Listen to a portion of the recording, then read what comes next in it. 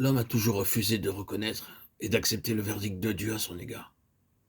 C'est pourquoi il poursuit un chemin où il cherche à manifester une expression et une réalisation de lui-même. Dès le commencement, alors même que la voix de Dieu avait été si définitivement établie dans le sacrifice d'Abel, l'homme continue son propre chemin. Il cherche à construire un monde, à créer une civilisation et à constituer un royaume. Babel ou Babylone sera son nom.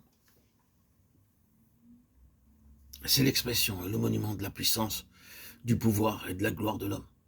Faisons-nous un nom. Genèse 11.4. N'est-ce pas ici la grande Babylone que j'ai bâtie? Daniel 4.30. Ainsi, l'homme s'enorgueillit, se développe et il s'impose. Oui, c'est un monde merveilleux qu'il a produit, et il le dépasse désormais de beaucoup. Il n'arrive plus à le maîtriser. Plein de merveilles, oui, mais plein de tragédies. Il marche rapidement vers sa dissolution, et ses propres productions effaceront sa civilisation. Il a mis en mouvement quelque chose qui, par sa propre force, a échappé à ses mains. Il faudra que Dieu intervienne pour abréger les jours de cette fin, sinon aucune chair ne serait sauvée. Matthieu 24, 22. C'est là ce qui se présente immédiatement à l'horizon. Combien nous pourrions écrire de choses à ce sujet. Mais nous nous arrêtons, ce ne sont que les insensés aveugles, les dupes de Satan,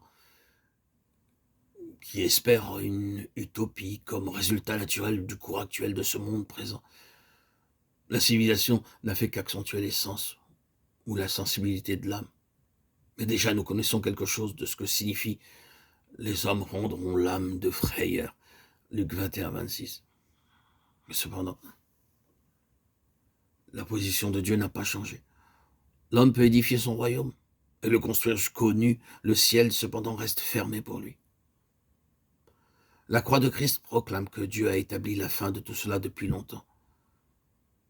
Ainsi, ce calvaire signifie zéro en ce qui concerne l'homme, en ce qui concerne le dessein éternel de Dieu. Il n'est pas possible de passer la croix autrement que par la mort, par l'identification avec Christ, par la foi. Lorsque cette place a été prise et que tout ce qu'elle implique est accepté, alors un nouvel homme paraît, par l'union de résurrection avec Christ. Si quelqu'un est en Christ, il est une nouvelle création. 2 Corinthiens 5, 17. À partir de ce moment, une double opération commence. Il doit y avoir une crise définitive dans laquelle tout ce que Dieu a en vue est accepté. Que nous le comprenions entièrement ou non, cette crise renferme et comprend tout ce qui suivra.